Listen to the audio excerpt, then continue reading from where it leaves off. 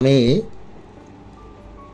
কবি জীবনানন্দ দাশের মহাপৃথিবী কাব্যগ্রন্থ থেকে হাই চিল কবিতাটি পাঠ করার চেষ্টা করছি।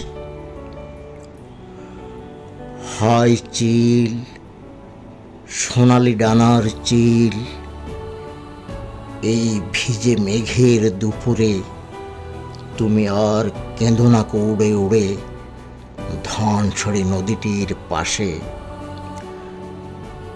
তোমার কান্নার সুরে বেতের ফলের মতো তার ম্লান চোখ মনে আসে।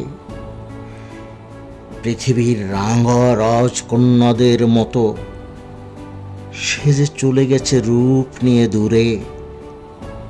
আবার তাহারে কেন ডেকে আনো? কে হায় হৃদয় খুঁড়ে বেদনা জাগাতে ভালোবাসে? হায় চিল, সোনালি ডানার চিল, এই ভিজে মেঘের দুপুরে তুমি আর উড়ে উড়ে কেঁদো না কো ধানছড়ি নদীটির পাশে।